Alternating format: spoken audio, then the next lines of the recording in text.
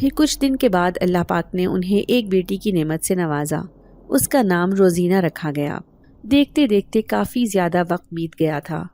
محلے والوں کے بار بار اصرار کرنے پر اتنا اثر ہوا تھا کہ وہ اب گانے کم آواز میں سننے لگے تھے۔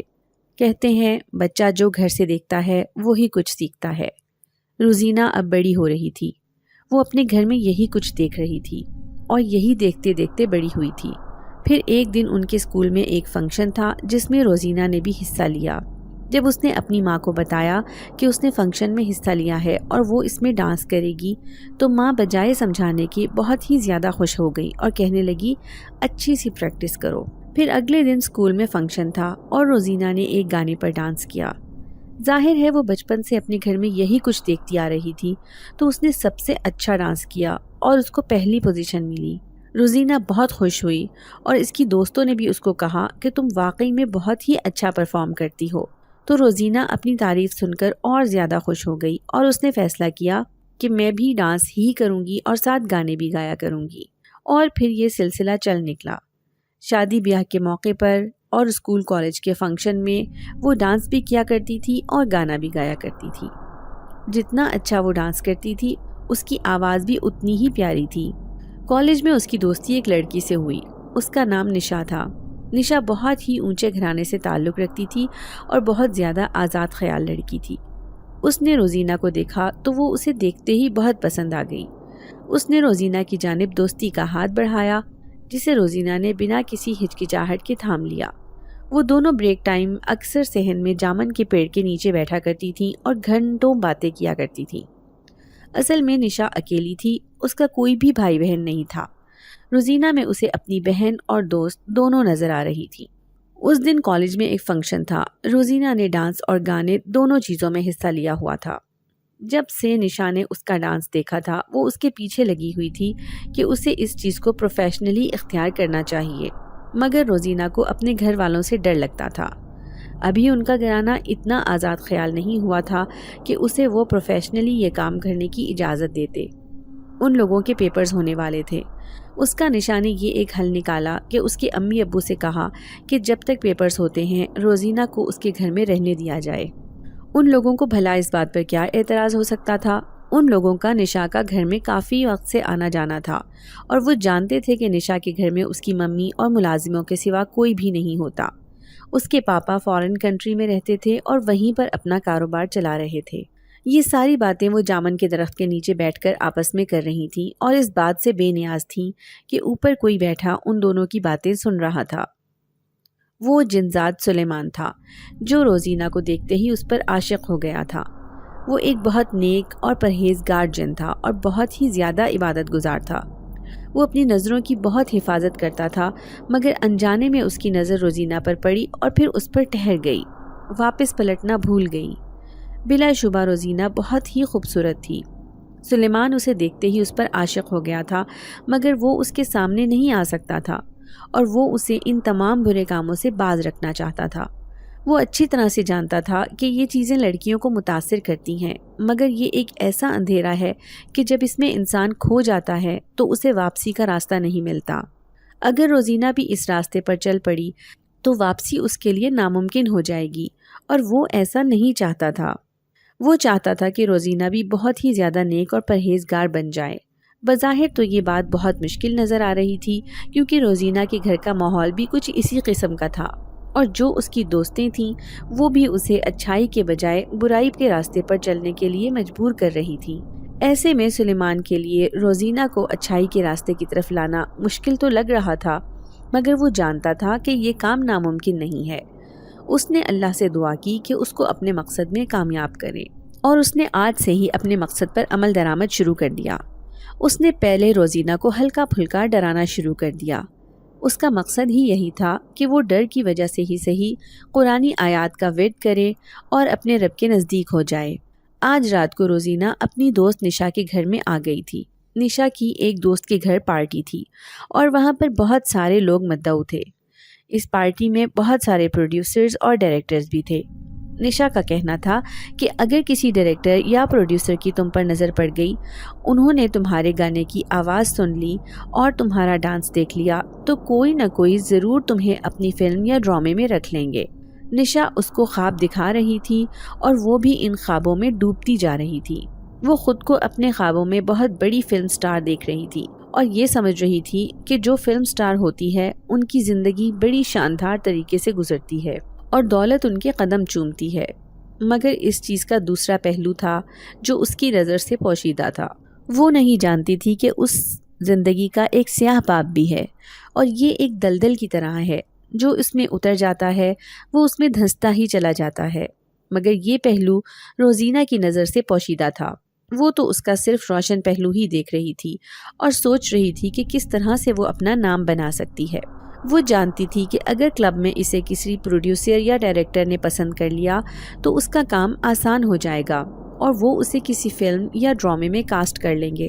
اسے گھر والوں کی طرف سے کوئی مسئلہ نہیں تھا۔ وہ جانتی تھی کہ وہ اپنے ماں باپ کو اس بات کے لیے منا لے گی، انہیں قائل کر لے گی اور وہ اس کی بات مان جائیں گے، کیونکہ وہ بچپن سے یہی ماحول اپنے گھر میں دیکھتی آئی تھی اور اسے پورا یقین تھا کہ اس کے ماں باپ کو بھی اس بات پر کوئی اعتراض نہیں ہوگا۔ مگر وہ قبل از وقت کسی کے ساتھ کوئی بھی بات نہیں کرنا چاہتی تھی۔ آج اسے نشا کے ساتھ اس پارٹی میں جانا تھا۔ نشا اور وہ دونوں ایک بہت اچھے پارلر سے تیار ہو کر آئیں۔ آج روزینہ کسی پری کی مانند لگ رہی تھی۔ سلیمان ان دونوں کے ساتھ ساتھ تھا۔ سلیمان نے جب روزینہ کو دیکھا تو وہ دیکھتا ہی رہ گیا۔ وہ اس قدر حسین تھی کہ اس نے آج تک اتنی حسین لڑکی اپنی پوری زندگی میں نہیں دیکھی تھی، مگر اس لڑکی میں ایک تو یہ خامی تھی کہ وہ بگڑی ہوئی تھی، دوسرا یہ کہ وہ ایک آدم زادی تھی۔ سلیمان کبھی بھی اس کو اپنا نہیں سکتا تھا، اس کے ساتھ شادی نہیں کر سکتا تھا، ہاں مگر وہ اس کے ساتھ محبت ضرور کر سکتا تھا، اور محبت کا تقاضا یہ تھا کہ وہ اسے راہ راست پر لے کر آتا، اسے غلط راستے کی طرف نہ جانے دیتا۔ اور محبت تو یہی ہے کہ انسان دوسرے کی خامیوں کو خوبیوں میں بدلنے کی کوشش کرے۔ سلیمان نے سوچ لیا تھا کہ وہ آج روزینہ کو اس پارٹی میں نہیں جانے دے گا۔ ابھی وہ دونوں وہاں سے نکلی نہیں تھی کہ نشا کے نمبر پر اس کی دوست کی کال آ گئی کہ آج پارٹی کینسل ہو گئی ہے اور وہ ان لوگوں سے معذرت چاہتی ہیں کہ تم لوگوں کو اتنی تکلیف اٹھانی پڑی اور میں تم لوگوں کو پہلے اس کے بارے میں نہیں بتا سکی، عین وقت پر اطلاع دینے کی معذرت چاہتی ہوں۔ مگر نشا کا غصہ کسی طور بھی کم نہیں ہو رہا تھا۔ وہ کلب میں جانے کے بجائے گھر واپس آ گئی اور اگلا دن ان لوگوں کے لیے حیرت کا باعث بنا جب صبح صبح نشا کی وہ دوست گھر آئی اور وہ بہت غصے میں لگ رہی تھی۔ وہ آتے ہی شروع ہو گئی کہ میں نے یہ پارٹی خالص تمہارے کہنے پر تمہارے لیے رکھی تھی اور تم آئی کیوں نہیں؟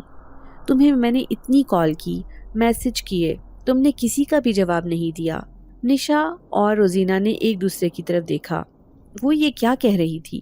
اس نے خود کال کر کے منع کیا تھا۔ نشا نے موبائل اٹھایا تو اس پہ کسی قسم کی کوئی کال اور میسج نہیں تھا، مگر نور کے انداز سے لگ رہا تھا کہ وہ سچ کہہ رہی ہے۔ تو کیا سچ تھا اور کیا جھوٹ، ان دونوں کو سمجھ نہیں آ رہا تھا۔ اس کے بعد 3 اور دوستوں کے گھر پارٹی تھی جہاں پروڈیوسرز اور ڈائریکٹرز مدعو تھے، مگر یہ لوگ وہاں پر بھی نہیں جا سکیں۔ کبھی گاڑی راستے میں ہی خراب ہو جاتی، کبھی کوئی اور ایمرجنسی ہو جاتی۔ نشا غصے میں روزینہ کو کہتی کہ تمہارے نصیب میں ماڈل یا اداکارہ بننا ہے ہی نہیں، تم کبھی بھی کوئی گلوکار یا ڈانسر نہیں بن سکتی۔ جب بھی میں تمہیں کسی ایسی جگہ پر لے کر جاتی ہوں کوئی نہ کوئی مسئلہ بن جاتا ہے، کوئی نہ کوئی ایسی پریشانی ہو ہی جاتی ہے۔ فی الحال ابھی اس سلسلے کو رہنے دو اور پیپرز کی تیاری کرتے ہیں، اگر نمبرز کم آئے تو ممی اور ڈیڈی سے بہت زیادہ بے عزتی ہوگی۔ سو وہ دونوں پیپرز کی تیاری میں جٹ گئی تھیں اور انہیں پڑھنے کے علاوہ کسی چیز کا کوئی ہوش نہیں تھا۔ جب پیپرز ختم ہو گئے تو روزینہ اپنے گھر میں واپس آ گئی، مگر اب اس کے دماغ میں یہ بات جڑ پکڑ چکی تھی کہ اس نے شوبز میں جانا ہے۔ سلیمان یہ سب کچھ دیکھ اور سمجھ رہا تھا۔ وہ سوچ رہا تھا کہ ایسا کیا کیا جائے کہ یہ لڑکی سدھر جائے اور اس کام سے باز آ جائے۔ اس کے ذہن میں ایک آئیڈیا آیا۔ اس نے سوچا خواب کے ذریعے وہ روزینہ کو ڈرائے اور دھمکائے گا اور اسے بتائے گا کہ جو کام وہ کرنے جا رہی ہے وہ غلط ہے اور اس کام کے اسے کون سے نتائج بھگتنے پڑ سکتے ہیں۔ رات کو روزینہ جب سو رہی تھی تو اس نے بہت ہی عجیب و غریب قسم کا خواب دیکھا۔ اس نے دیکھا کہ ایک خاردار جھاڑیوں سے اٹا ہوا ایک راستہ ہے جس پر روزینہ ننگے پاؤں بھاگ رہی ہے۔ بھاگتے بھاگتے اس کے پاؤں میں کانٹے چبھنے لگتے ہیں اور اسے بہت ہی زیادہ شدید تکلیف محسوس ہونے لگتی ہے۔ وہ خواب میں بھی اس تکلیف کو بہت شدت سے محسوس کر رہی ہوتی ہے۔ اسے بہت زیادہ درد ہو رہا ہوتا ہے اور وہ چیخ چلا رہی ہوتی ہے۔ وہ اپنے امی ابو کو آوازیں دے رہی ہوتی ہے مگر کوئی بھی اس کی مدد کو نہیں آتا۔ اچانک غیب سے ایک آواز سنائی دیتی ہے کہ یہاں پر تمہاری مدد کے لیے کوئی بھی نہیں آئے گا، یہاں پر تمہارے صرف نیک اعمال کام آئیں گے۔ جو تم نے نیک کام کیے ہوں گے وہی تمہیں بچا سکتے ہیں اور یہاں سے نکال کر لے جا سکتے ہیں۔ اپنے نیک اعمال کو پکارو، اپنی نیکیوں کو بلاؤ۔ جن لوگوں کے ساتھ نیکی کی ہے اور جو نیک کام کیے ہیں ان کو بلاؤ، وہ تمہاری مدد کریں اور یہاں سے تمہیں نکال کر لے جائیں۔ روزینہ نے بہت زیادہ سوچنے کی کوشش کی کہ اس نے کون سی نیکی کی ہے جس کو وہ اپنی مدد کے لیے پکار سکے اور یہاں سے نکل سکے، مگر سوچ سوچ کر بھی اسے کوئی نیکی نہیں یاد آ رہی تھی۔ اسے بچپن سے لے کر اب تک کا سارا وقت یاد آ رہا تھا جو اس نے غفلت میں اور گانے بجانے میں گزارا تھا۔ اب اس میں اس کا بھی اتنا قصور نہیں تھا، اس نے گھر کا ماحول ہی ایسا دیکھا تھا، تو جو کچھ اس نے اپنے گھر میں دیکھا تھا وہی کچھ اس نے سیکھا تھا اور وہی سب وہ اپنی زندگی میں کر رہی تھی۔ آواز پھر سے آئی، بلاؤ اپنی نیکی کو۔ روزینہ نے مری مری آواز میں کہا، مجھے اپنی کوئی نیکی، کوئی اچھائی یاد نہیں آ رہی۔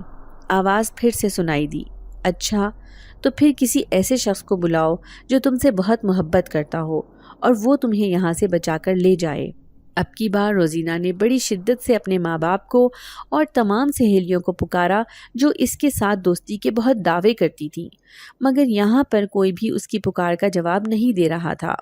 اب آواز دوبارہ سے گونجی، اب بتاؤ کیسے نکلو گی یہاں سے؟ یہاں سے نکلنے کا تو ایک ہی راستہ ہے اور وہ تھا اچھائی اور نیکی کا۔ تمہاری اچھائی اور نیکی تمہیں یہاں سے بچا کر لے جا سکتی تھی، مگر افسوس تم نے زندگی میں کوئی نیکی نہیں کی ہے اور کوئی تم سے ایسی محبت بھی نہیں کرتا، تو کوئی تمہیں یہاں پر بچانے کے لیے نہیں ہے، تمہیں یہیں سزا کاٹنی ہوگی۔ اب کی بار روزینہ زور زور سے رونے لگی اور اس سے معافی مانگنے لگی، کہنے لگی، مجھے ایک موقع دے دو، میں اب کبھی بھی ایسا کوئی کام نہیں کروں گی، میں اب نیکی ہی کروں گی، اچھائی کے ہی کام کروں گی، تم بس مجھے ایک موقع اور دو۔ اب کی بار کوئی آواز نہیں گونج رہی تھی، ہر سو خاموشی چھائی ہوئی تھی۔ روزینہ بار بار چلانے لگی، رونے لگی، خدا کے لیے میری پکار کا جواب دو۔ اور آواز گونجی کہ اس بات کی کیا گارنٹی ہے کہ تم اب کوئی غلط کام نہیں کرو گی، نیکی کے کام سر انجام دو گی۔ روزینہ نے کہا، میں وعدہ کرتی ہوں کہ میں ایسا کوئی کام نہیں کروں گی، اگر کیا تو آپ مجھے اس سے زیادہ سخت سزا دینا۔ آواز تھوڑی دیر کے بعد دوبارہ سے گونجی اور اس نے کہا، میں نے تمہاری بات پر اعتبار کیا، مگر اب کی بار تم نے ایسا کچھ بھی کیا تو اس سے زیادہ سخت سزا ملے گی اور اس سزا کے بارے میں تم تصور بھی نہیں کر سکو گی۔ ایک دم سے روزینہ کی آنکھ کھلی، وہ اپنے کمرے میں تھی، اس کی دھڑکن بہت تیز چل رہی تھی اور وہ بہت گہرے گہرے سانس لے رہی تھی، جیسے بہت تیز مسافت کاٹ کر آئی ہو۔ وہ یہ سوچنے پر مجبور ہو گئی کہ یہ جو اس نے ابھی دیکھا یہ سچ تھا یا خواب تھا۔ روزینہ ابھی اسی بارے میں سوچ ہی رہی تھی کہ اچانک اس کی نظر اپنے پاؤں پر پڑی، ان پر چھالے نکلے ہوئے تھے اور کانٹوں کے نشانات بھی تھے۔ وہ یہ دیکھ کر حق تک رہ گئی کہ جو کچھ اس نے دیکھا تھا وہ سچ تھا۔ اب وہ سچ مچ ڈر گئی تھی کہ اب وہ کبھی بھی ایسا کوئی کام نہیں کرے گی، وہ اب نیکی کے کام ہی سر انجام دے گی۔ یہ فیصلہ کرنے کے بعد اس کا دل مطمئن ہو گیا اور وہ پھر سو گئی، مگر جب وہ اگلے دن اٹھی تو خود کو بہت بدلا بدلا محسوس کر رہی تھی۔ گھر کے تمام کام کاج دونوں ماں بیٹی مل کر ہی کرتے تھے، انہوں نے کسی قسم کی ملازمہ نہیں رکھی ہوئی تھی۔ ویسے بھی دو لوگوں کا کام ہی کتنا ہوتا ہے جو اس کے لیے ملازموں کو رکھا جائے۔ ناشتہ کرنے کے بعد وہ صفائی ستھرائی کرنے لگی تھی۔ سب سے زیادہ اس کی تلخ کلامی اپنی ماں کے ساتھ ہوئی تھی، جنہوں نے پرانے گانے لگا دیے تھے۔ یہ سن کر زوبیہ کو کوفت محسوس ہونے لگی، اسے ایسے لگنے لگا جیسے اس کا دم گھٹنے لگا ہو اور اسے اپنا خواب یاد آ گیا۔ وہ کبھی بھی اپنی ماں کے ساتھ غصے میں نہیں بولتی تھی، مگر اب وہ سخت غصے میں آ گئی تھی اور اپنی ماں سے غصے سے بولی، آپ نے یہ گانے کیوں لگائے ہوئے ہیں؟ اس کی ماں حیرت سے دیکھنے لگی کہ آج سے پہلے تو زوبیہ نے ایسا کبھی نہیں کہا تھا، اسے اچانک سے کیا ہو گیا ہے؟ پھر جب ظہر کا وقت ہوا تو روزینہ نماز پڑھنے کے لیے کھڑی ہو گئی۔ اسے یاد آیا کہ اسے تو نماز پڑھنا ہی نہیں آتی۔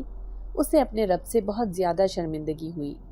اسے بچپن میں ہی قاری صاحب نے نماز سکھائی تھی، مگر اس کے بعد روزینہ نے کبھی نماز پڑھی ہی نہیں، اس لیے اسے نماز ہی بھول گئی تھی، اور اب اس کی آنکھوں میں آنسو آ گئے۔ اس نے سوچا کہ وہ اپنی نماز کو دوبارہ سے سیکھے گی۔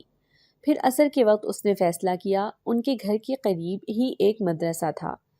روزینہ نے فیصلہ کیا کہ وہ اس درس میں ضرور جائے گی۔ یہ تمام کارروائی جنزادہ سلیمان مسکراتے ہوئے ملاحظہ کر رہا تھا۔ شام کو روزینہ جب درس میں گئی تو درس والی باجی بھی اسے دیکھ کر حیران رہ گئی تھیں، کیونکہ وہ بہت جدید تراش خراش کے لباس میں تھی اور بہت ہی زیادہ فیشنی بھی لگ رہی تھی۔ باجی سمجھ گئیں کہ اسے اللہ پاک نے ہدایت دی ہے اور نیکی کے راستے پر چلنے کی توفیق دی ہے۔ انہوں نے روزینہ کے ساتھ بھرپور تعاون کیا اور اس کی ہر ممکن مدد کی، اور درس کی لڑکیوں کو کہا تھا کہ اس کے ساتھ کسی بھی طرح کی کوئی ایسی بات نہیں کرنی جس سے اس کی دل آزاری ہو۔ وہ سب لوگ اس کا بہت خیال رکھتے تھے، اور روزینہ بھی ان لوگوں کو بہت پسند کرنے لگی تھی۔ رفتہ رفتہ روزینہ کے لباس اور طور طریقے میں بھی فرق آنے لگا تھا۔ اب وہ اپنی ماں کو بھی ٹوکنے لگی تھی اور انہیں بھی وقت پر نماز ادا کرنے کے بارے میں کہتی تھی۔ اس کی امی کو بہت غصہ آتا تھا۔ اس کی امی یہ سمجھنے سے قاصر تھیں کہ روزینہ میں یہ بدلاؤ کہاں سے آیا ہے، مگر اس کے باپ کو یہ بدلاؤ بہت اچھا لگ رہا تھا۔ اب وہ مکمل لباس پہنتی تھی اور ہر وقت سر پہ دوپٹہ اوڑھے رکھتی تھی۔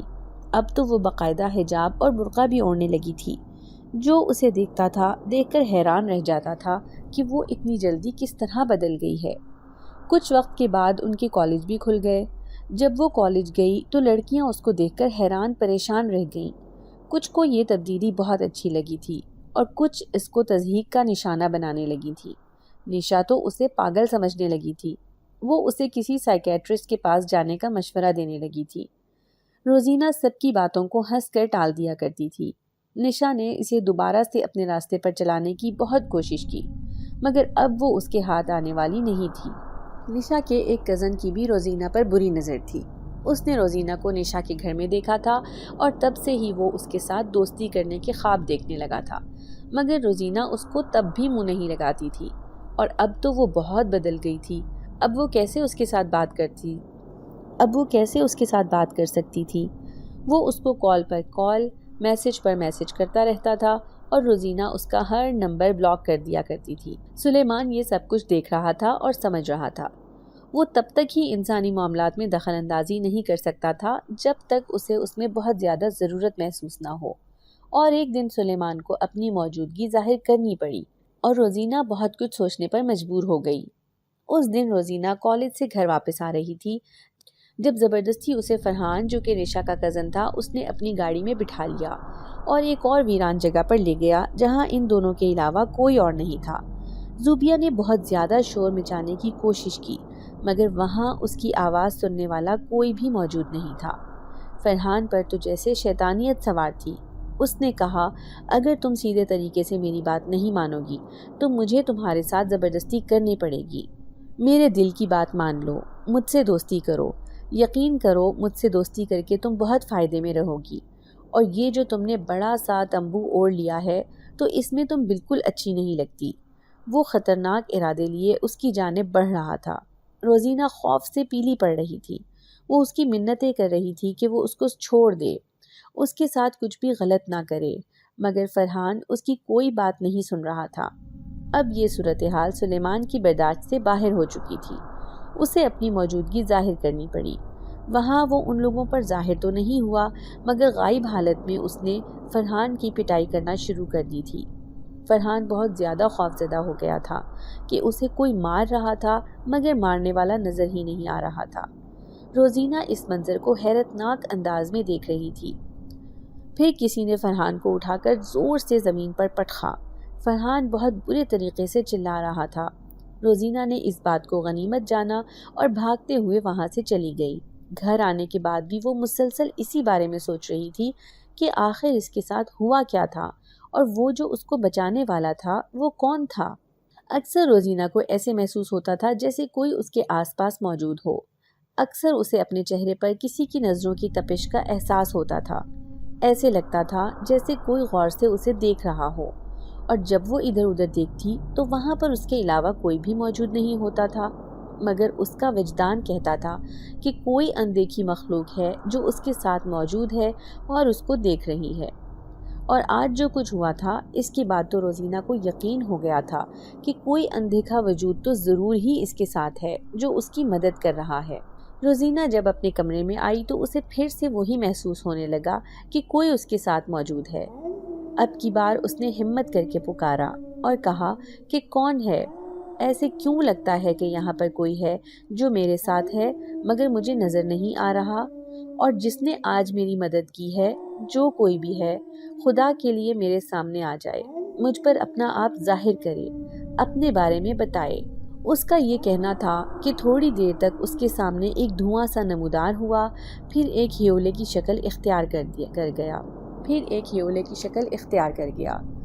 اب وہ ہیولا ایک مجسم صورت میں اس کے سامنے تھا۔ روزینہ نے اس کو دیکھا تو دیکھتی ہی رہ گئی۔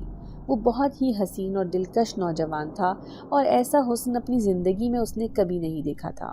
وہ جوان کہنے لگا، اگر آپ خدا کا واسطہ نہ دیتی تو میں کبھی بھی آپ کے سامنے ظاہر نہ ہوتا، ہمیشہ اپنا آپ سے چھپا کر رکھتا۔ روزینہ نے اس سے پوچھا کہ مجھے اپنے بارے میں سب کچھ بتاؤ، تم کون ہو، مجھے کیسے جانتے ہو، اور آج تم نے میری مدد کیوں کی ہے؟ وہ نوجوان کہنے لگا کہ میرا نام سلیمان ہے اور میں ایک جن زادہ ہوں۔ میں قبیلہ جنات کے سردار کا بیٹا ہوں، اور تمہارے کالج میں جو جامن کا درخت ہے، میں اس پر کافی وقت سے رہا ہوں۔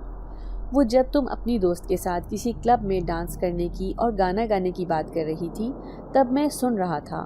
میں نے تبھی فیصلہ کر لیا تھا کہ تمہیں اس گناہ کے کام سے ضرور روکوں گا، تمہیں کبھی ایسا نہیں کرنے دوں گا، اور تمہیں خواب کے ذریعے بھی میں نے ہی ڈرایا تھا تاکہ تم راہ راست پر آ جاؤ۔ یقین مانو تم بہت اچھی ہو، بس تمہیں تھوڑی سی رہنمائی کی ضرورت ہے۔ تم میں بہت سی روحانی طاقت پوشیدہ ہے جس کے بارے میں تمہیں خود بھی علم نہیں۔ اگر تمہیں اس کے بارے میں علم ہو جائے تو تم ان سے بھی بڑے بڑے کام لے سکتی ہو۔ اب کی بار تو روزینہ چونک پڑی تھی اور حیران ہو کر بولی کہ کیا مجھ میں بھی روحانی صلاحیتیں ہیں؟ سلیمان کہنے لگا، میں تمہیں آج اپنے پیر صاحب کے پاس لے کر جاؤں گا۔ وہ تمہاری رہنمائی ضرور کریں گے اور تمہیں بتائیں گے کہ تمہیں آگے کیا کرنا چاہیے۔ زوبیہ یہ سن کر بہت زیادہ خوش ہوئی اور اس نے کہا کہ ٹھیک ہے۔ پھر رات کو جب سب سو رہے تھے تو وہ ایک اڑن کھٹولے میں بیٹھ کر سلیمان کے ساتھ ایک پیر صاحب کے آستانے پر آ گئی۔ روزینہ نے جب پیر صاحب کو دیکھا تو دیکھ کر حیران رہ گئی۔ وہ بہت ہی زیادہ نورانی شخصیت کے مالک تھے اور ان کے بات کرنے کا انداز بہت پیارا تھا۔ وہ بہت اخلاق سے روزینہ کے ساتھ بات کر رہے تھے۔ انہوں نے بالکل بھی احساس نہیں ہونے دیا کہ وہ ماضی میں کتنے گناہ کر چکی ہے۔ انہوں نے اسے امید دلائی کہ اللہ پاک انسان کے بڑے سے بڑے گناہ بھی معاف کر دیتا ہے۔ پھر انہوں نے اسے ایک عمل بتایا جس کو کرنے سے اس کی روحانی صلاحیتیں بیدار ہو سکتی تھیں اور وہ لوگوں کا علاج معالجہ بھی کر سکتی تھی، ان کے لیے دعائیں بھی کر سکتی تھی اور ہر طرح سے ان کا علاج کر سکتی تھی۔ یہ عمل چند دنوں کا تھا اور پیر صاحب نے کہا کہ یہ کوئی خطرناک کام نہیں ہے اور نہ ہی اس میں کوئی تمہیں تنگ کرنے کی کوشش کرے گا۔ یہ خالص تمہاری ذات کے لیے عمل ہے۔ پھر بھی اگر تمہیں کوئی مسئلہ ہوا تو سلیمان تمہاری مدد ضرور کرے گا اور یہ تمہارے پاس ہی موجود رہے گا۔ جب روزینہ نے یہ عمل کرنا شروع کیا تو اسے خود میں واضح تبدیلی محسوس ہونے لگی، اور عمل مکمل کرنے کے بعد تو وہ خود کو بالکل ہی بدلی شخصیت محسوس کر رہی تھی۔ پیر صاحب نے اسے کہا، چند باتوں کو دھیان میں رکھنا۔ تم نے صدقے کو لازم قرار دے دینا ہے اور لوگوں کی مدد کرنی ہے، اور کبھی بھی خود پر غرور مت کرنا، ورنہ تم سے تمام صلاحیتیں اور روحانی طاقتیں واپس چلی جائیں گی اور تم بالکل خالی ہاتھ رہ جاؤ گی۔ روزینہ نے ان سے وعدہ کیا کہ وہ ان میں سے کوئی بھی کام نہیں کرے گی، وہ کوئی غلط کام نہیں کرے گی۔ وہ تمام وظائف دل لگا کر کرنے لگی تھی کیونکہ وہ سلیمان کو کھونا نہیں چاہتی تھی، بلکہ وہ اور بھی زیادہ درود اور وظائف کرنے لگی تھی جس کی وجہ سے اس کی روحانی دنیا مزید ترقی کر رہی تھی۔ اس نے BA تک کالج میں پڑھا تھا اور جس طرح سے اسے لڑکیاں تضحیک کا نشانہ بناتی تھیں اور اس کے پردے کو نشانہ بناتی تھیں، اس کا دل کٹ کر رہ جاتا تھا۔ جو ایک دم سے اسلام کو فالو کر لیتا ہے یا برائی کو چھوڑ کر اچھائی کو اپنا لیتا ہے تو نہ جانے لوگوں کو یہ بات تسلیم کرنے میں کیوں دشواری کا سامنا کرنا پڑتا ہے۔ انہیں یہ سب دکھاوا ہی لگتا تھا۔ روزینہ نے ہر طرف سے کان بند کر لیے اور بس اس نے اپنے مقصد پر ہی اپنا فوکس رکھا ہوا تھا۔ وہ ادھر ادھر دھیان کم ہی دیتی تھی۔ وہ اپنا زیادہ تر وقت عبادت میں گزار دیتی تھی اور اس کی دیکھا دیکھی اس کے ماں باپ بھی اب عبادت گزار بنتے جا رہے تھے۔ محلے میں جب بھی کوئی درس یا محفل ہوتی تھی تو روزینہ لوگوں کی باتوں کی پرواہ کیے بغیر وہاں پر نعت پڑھتی۔ اس کی آواز بہت ہی زیادہ پرسوز تھی جو لوگوں کے دلوں پر اثر انداز ہوتی تھی۔ لوگوں پر تو جیسے اس کی باتوں اور اس کی نعت کو سن کر وجد طاری ہو جاتا تھا۔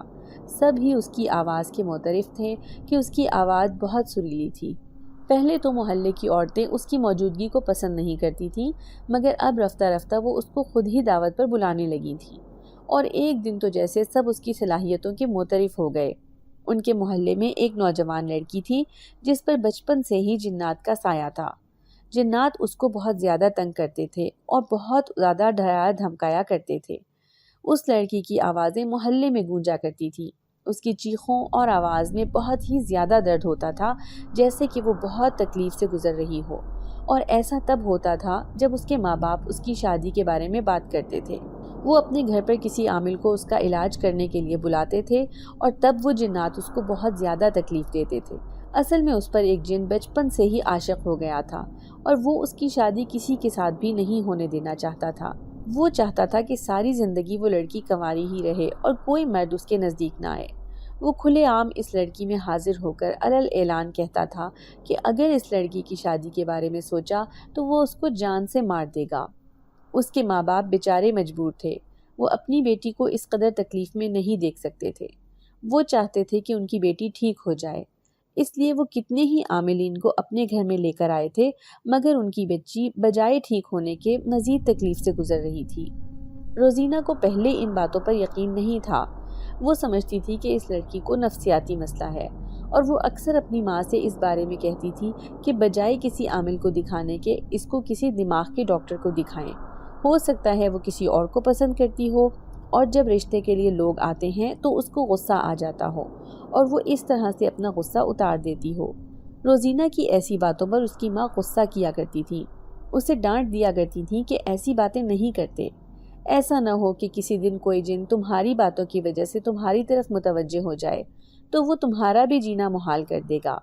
اگر ایسا ہو گیا تو ہم کیا کریں گے؟ تم تو ہماری اکلوتی بیٹی ہو، ہم تمہیں مصیبت میں نہیں دیکھ سکتے، اور یہ جن تو ایک بار چمٹ جائیں تو آسانی سے نہیں چھوڑتے، جینا محال کر دیتے ہیں اور اس کے خاندان کو بھی تباہ و برباد کر دیتے ہیں۔ خوشیاں اس گھر سے روٹھ جاتی ہیں۔ مگر اب روزینہ کو حقیقت پتہ چل گئی تھی کہ اس پر ایک جن عاشق تھا، اور وہ ایک ہندو جن تھا جو کہ بہت ہی زیادہ طاقتور تھا۔ اس کے ساتھ شیطان کی خاص طاقت شامل تھی۔ شیطان کا خاص پجاری تھا وہ، اسی لیے اس کے پاس اتنی زیادہ طاقتیں تھیں۔ روزینہ جب اس کے سامنے گئی تو وہ لڑکی بہت بری طرح سے چلا رہی تھی۔ اس کی آنکھوں سے خون کے آنسو نکل رہے تھے اور وہ مچھلی کی طرح تکلیف سے تڑپ رہی تھی۔ اس کی ماں سے پوچھا تو پتہ چلا کہ آج انہوں نے مسجد کے امام کو اس سے دم کرنے کے لیے بلوایا تھا، تب سے اس کی یہی حالت ہے۔ اس کی ماں بیچاری بہت بری طرح سے رو رہی تھی۔ روزینہ سے یہ سب کچھ دیکھا نہیں گیا۔ اس نے سلیمان کو بلایا اور اس سے مشورہ کیا۔ سلیمان نے بھی اسے کچھ ضروری ہدایات دیں۔ روزینہ اپنے گھر سے وہ چیزیں لے کر آئی جو اس عمل کے لیے بہت زیادہ ضروری تھیں۔ اس نے سب سے پہلے جس چارپائی پر وہ لڑکی لیٹی ہوئی تھی اس کے دونوں بازوؤں کو رسی کے ساتھ باندھ دیا۔ وہ تمام لوگ اس کو حیرت سے دیکھ رہے تھے کہ روزینہ کیا کر رہی ہے۔ روزینہ نے ان سے کہا کہ تمام لوگ خاموشی سے اپنی جگہ پر کھڑے رہیں، میرے معاملے میں کوئی بھی دخل اندازی نہیں کرے گا۔ اگر آپ اپنی بیٹی کو بالکل ٹھیک ٹھاک دیکھنا چاہتے ہیں تو آپ لوگوں کو تھوڑی دیر کے لیے اس کی تکلیف برداشت کرنی ہوگی، مگر میں وعدہ کرتی ہوں کہ اس کے بعد آپ کی بیٹی ہمیشہ کے لیے ٹھیک ہو جائے گی۔ اس طرح کے کتنے ہی دعوے ان لوگوں کے ساتھ اتنے بڑے بڑے عاملوں اور جادوگروں نے کیے تھے۔ اب روزینہ بھی وہی دعویٰ کر رہی تھی۔ وہ خاموشی سے یہ سب کچھ ملاحظہ کرتے رہے۔ پھر اس کے بعد اس نے ایک جگہ پر حصار قائم کیا اور سب لوگوں کو کہا کہ آپ اس حصار کے اندر بیٹھ جائیں، اور ان سے کہا کہ کچھ بھی ہو جائے آپ نے اس حصار سے باہر نہیں آنا۔ پھر اس کے سامنے بیٹھ کر حصار قائم کر کے خود پڑھائی کرنے لگی۔ ابھی تھوڑی ہی دیر گزری تھی کہ وہ لڑکی زور زور سے چیخنے اور چلانے لگی اور رونے لگی اور اپنے ماں باپ کو مدد کے لیے بلانے لگی کہ اس لڑکی کو یہاں سے بھگائیں، یہ مجھے جان سے مار دے گی، مجھے زیادہ تکلیف دے رہی ہے۔ اور یہ تو ہمیشہ ہوتا تھا، جب بھی کوئی عامل آتا تھا وہ لڑکی اسی طرح سے کرتی تھی، اور اب تو اس کے منہ سے خون کی الٹیاں ہونے لگی تھیں، ساتھ ہی اس کی آنکھوں سے بھی آنسو خون کی صورت میں نکل رہے تھے۔ روزینہ کے لیے یہ پہلی بار تھا، وہ یہ دیکھ کر گھبرا گئی تھی، مگر اسے سلیمان نے تسلی دی کہ میں تمہارے ساتھ ہوں۔ اب روزینہ کی ڈھارس بند گئی تھی اور اس نے اپنا عمل جاری رکھا۔ کتنی ہی دیر وہ لڑکی روتی چلاتی رہی اور کبھی اس کو دھمکیاں دینے لگتی، مگر جب اسے لگا کہ اس کے رونے اور چلانے سے روزینہ پر کوئی فرق نہیں پڑ رہا تو وہ پھر اس کی منتیں کرنے لگا کہ مجھے معاف کر دو، مجھے چھوڑ دو، مجھے جانے دو، میں آئندہ اس لڑکی کو کبھی تنگ نہیں کروں گا۔ مگر وہ ایک ہندو جن زادہ تھا اور روزینہ اس پر کیسے اعتبار کر سکتی تھی؟ سلیمان نے بھی کہا کہ اس پر اعتبار کرنا مناسب نہیں ہے، بہتر یہی ہے کہ اسے قید کر لو یا اسے جلا دو، وہ لڑکی پر دوبارہ سے آ جائے گا، وہ اپنے وعدے کی پاسداری نہیں کرے گا، اس پر اعتبار کرنا درست نہیں ہے۔ چنانچہ روزینہ نے ایسے ہی کیا اور پھر اسے قید کر کے جلا دیا۔ وہ لڑکی بے ہوش ہو گئی تھی۔ روزینہ نے کہا کہ وہ اب اسے تنگ نہیں کرے گا۔ پھر اس کے بعد محلے والوں نے دیکھا کہ وہ لڑکی بالکل ٹھیک ٹھاک ہو چکی تھی۔ کچھ وقت کے بعد اس کی شادی بھی ہو گئی تھی اور وہ اپنے گھر میں خوش و خرم زندگی گزار رہی تھی۔ محلے والے تو روزینہ کے قائل ہو گئے تھے، مگر اس میں کچھ جلنے والے لوگ بھی تھے جو روزینہ سے جلتے تھے، وہی اس کے بارے میں منفی باتیں پھیلاتے تھے۔ اب روزینہ کی شہرت کافی زیادہ پھیلنے لگی تھی، لوگ اس کے پاس علاج معالجے کے لیے اور دعائیں کروانے کے لیے آنے لگے تھے، جس کا جو بھی مسئلہ ہوتا تھا اللہ کے کرم سے وہ حل ہو جاتا تھا۔ اسی دوران اس کے پاس ایک عورت آئی، ان لوگوں پر جادو کے اثرات تھے اور وہ لوگ بہت زیادہ تکلیف دہ زندگی گزار رہے تھے۔ وہ جو بھی کھانا پکاتے تھے جنات اس کھانے میں گندگی ملا دیا کرتے تھے اور وہ ان کے بچوں کو بھی بہت زیادہ تنگ کرتے تھے۔ وہ عورت بہت زیادہ رو رہی تھی۔ زوبیہ کو یہ سب جان کر بہت زیادہ دکھ ہوا اور غصہ بھی آیا۔ اس نے سوچا وہ ان جنات کو نہیں چھوڑے گی۔ جب اس نے حساب کیا تو پتہ چلا کہ اس کے خاندان کی ایک عورت ہی ان لوگوں کے ساتھ یہ سب کچھ کروا رہی تھی، وہی ان لوگوں پر جادو کروا رہی تھی اور یہ خبیث جنات جادو کے ذریعے سے ہی مسلط کیے گئے تھے۔ جب روزینہ نے اس عمل کی کاٹ کی تو سارا عمل اسی عورت پر الٹ گیا تھا اور وہ بہت دردناک طریقے سے موت کے منہ میں گئی۔